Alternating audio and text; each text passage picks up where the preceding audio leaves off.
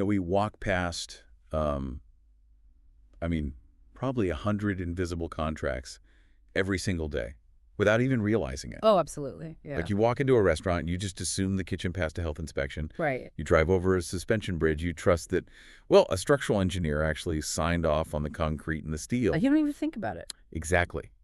And when you step into a metal box suspended by cables, hundreds of feet in the air, you glance at that little piece of paper behind the plastic frame. The elevator inspection certificate. Yes, the elevator certificate. Yeah. And you just trust the paper.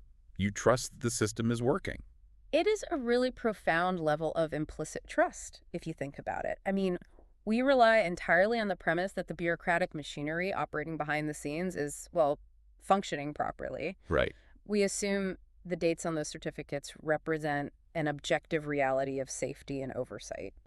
But what happens when you start looking a little closer at that machinery and you realize the gears aren't actually turning? Or worse. Yeah, what if they only turn when someone is standing right there watching them? That fragile trust is exactly what we are unpacking in today's deep dive. It's a fascinating one today. It really is. We are looking at a thoroughly documented investigation by journalist Ryan Michaels from the Maine Mirror. And this is coupled with a really incredible trail of Freedom of Access Act, or FOAA, public records. Yes, and we also have direct personal email correspondence between Michaels and Maine Governor Janet Mills' office. But right out of the gate, I want to establish the lens we are using to look at this, because the sources we are diving into today involve prominent political figures. They do, specifically a Democratic governor's office and a Republican representative. Right, but whoever happens to be sitting in the governor's mansion or, holding a House seat isn't really the point of this deep dive. Not at all. We have to be totally impartial here. We are looking strictly at the mechanics of the machinery underneath these politicians. Yeah. We're exploring the systemic patterns revealed in these documents, regardless of the political affiliations of the people standing inside the buildings. Exactly. The focus is entirely on the structure of the system itself. Like, how does it react to a citizen's complaint? Yeah. How does it process internal failure? The political labels just happen to be the backdrop of this specific case study. So let's get into the timeline. The story starts on November 20, 2025. Okay. Journalist Ryan Michaels is in Augusta, Maine. She steps into an elevator at the Peachy Building, which is at 320 Water Street. Just a normal day. Right. But he looks at the public inspection certificate, and he notices it expired on July 31st, 2025. Wow, so it's almost 4 months out of date. Almost 4 months. So he snaps a photo and emails it to Governor Mills' office, along with the elevator safety program, simply saying, this is a public safety concern, and he wanted to flag it.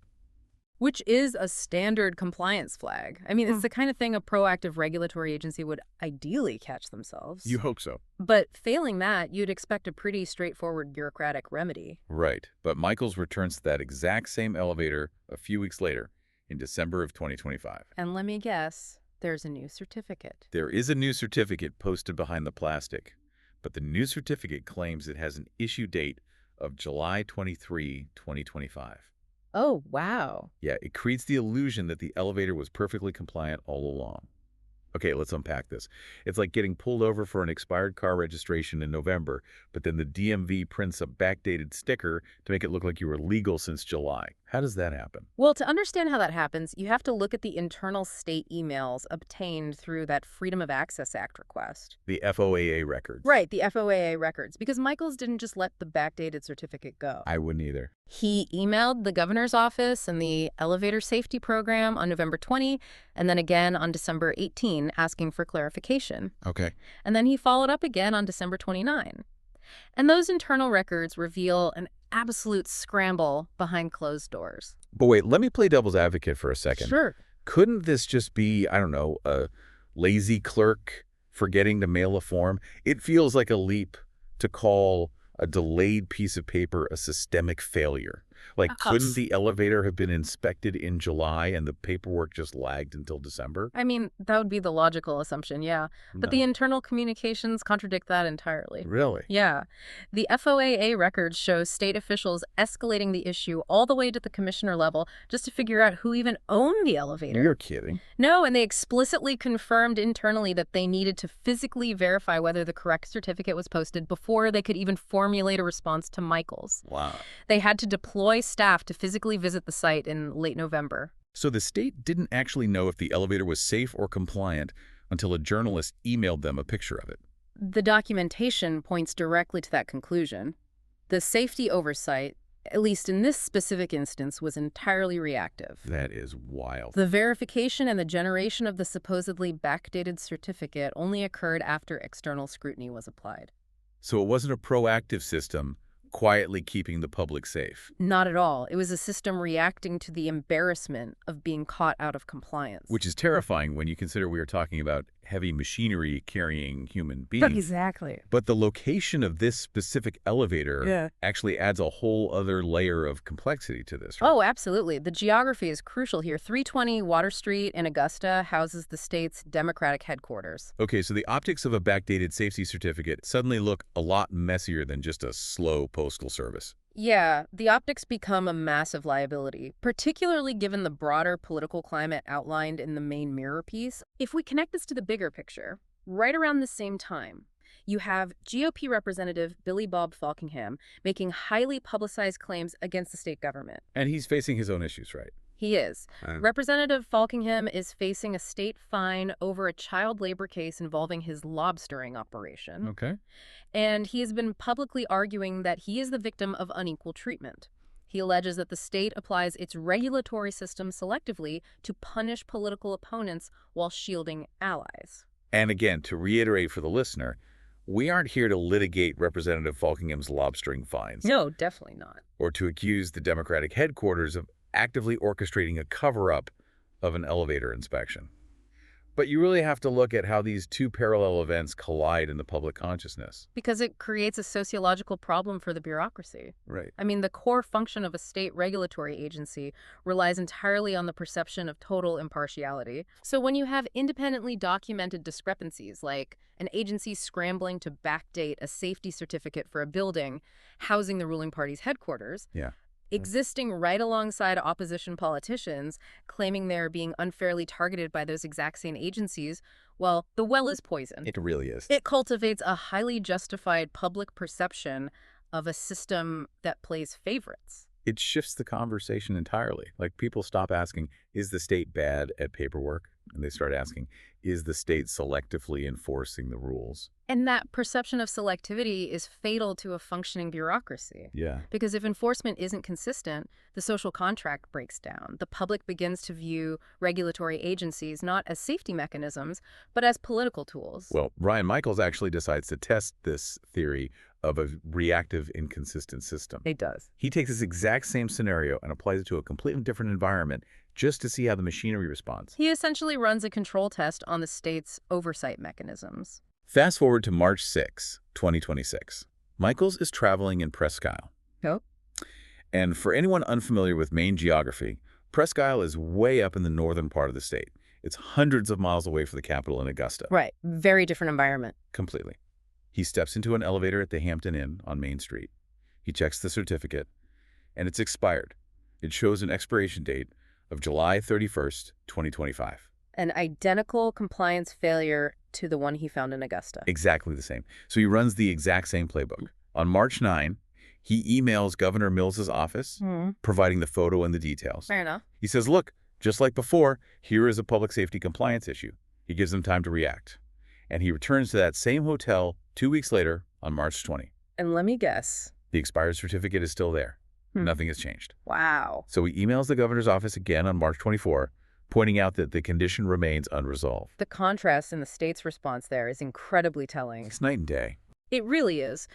When Michael submitted a complaint about an elevator in Augusta, right down the street from the state government offices, in a politically sensitive building, the system reacted with impressive speed. It dropped everything. They scrambled personnel, they generated internal routing, they sent physical inspectors, and they produced updated documentation. They mobilized to fix the problem. They neutralized the liability.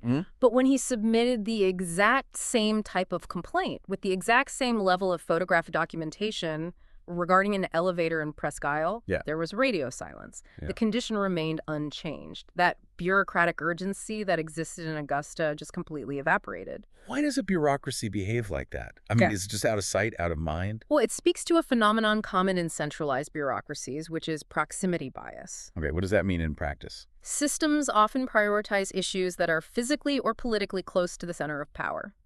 An elevator in Augusta is a tangible, immediate problem for the people working in Augusta. An elevator in Presque Isle is an abstraction.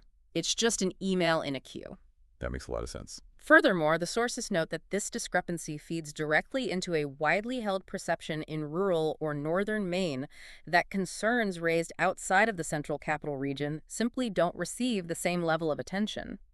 So what does it do to public trust when the system only seems to work if you're standing right next to the Capitol building? It just validates the exact narrative that the rules apply differently depending on where you are located. It proves that the oversight process breaks down when it is no longer convenient or politically proximal to the people managing the system. Which brings us to the most difficult and honestly the most consequential part of this investigation. Yeah, this is where it gets really heavy. We've been talking about the mechanics of how a system handles a date on a piece of paper. But if a centralized bureaucracy is this reactive, this inconsistent and selectively deaf when it comes to a simple elevator inspection, how does it process complex, emotionally charged human data? What happens when a system with these ingrained flaws is applied to a person's actual life? This raises an important question. The transition from regulatory oversight to the child welfare system reveals the true devastation of a closed-loop bureaucracy. In the records provided by Ryan Michaels, alongside the elevator complaints, we actually have deeply personal emails he sent to Governor Mills's office in January and March of 2025. Okay. These emails outline a harrowing custody battle involving his children. He alleges severe legal and financial abuse by his ex-wife, and he claims this abuse is going entirely unchecked and in some cases even facilitated by the family court system. The specifics he outlines in his appeals to the governor are severe and highly detailed. They really are. He names an attorney, Amy Fairfield, alleging she knowingly falsified his income in court to impose impossible financial burdens on him. He details how Child Protective Services, or CPS, denied him due process, misrepresented facts, and actually substantiated false claims against him by weaponizing his own efforts to seek mental health support. It's just devastating to read.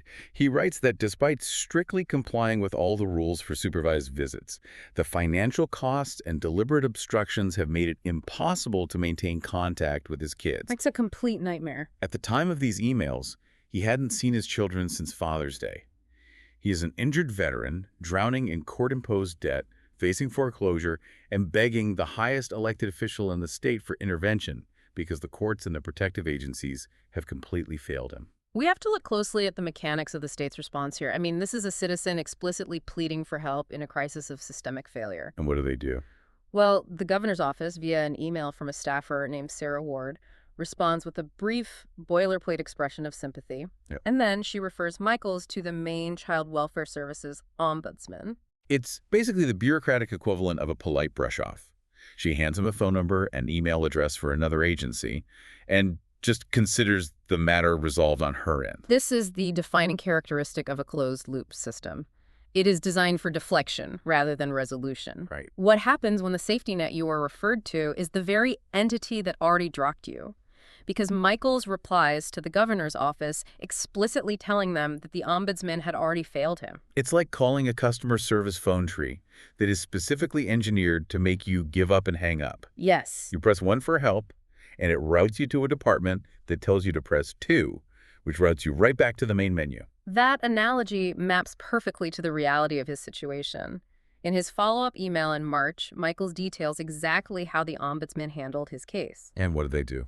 He states that the ombudsman's office canceled his scheduled appointment without his consent. They claimed his concerns were, quote, outside of their statutory mandate, which is objectively baffling, given their mandate is specifically to oversee and investigate child welfare services and CPS interactions. That makes no sense. It doesn't. And then they pull the plug entirely. Most chillingly, Michael states he was explicitly told by the ombudsman's office not to call back or reschedule. The tragedy of that bureaucratic loop is just staggering. Yeah. He is directly telling the governor The system is broken. I am being abused by the courts and CPS. Right. The governor's office says, go talk to the ombudsman.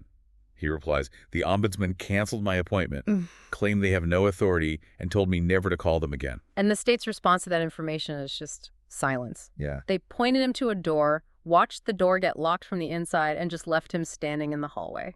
In his own words, he was officially silenced.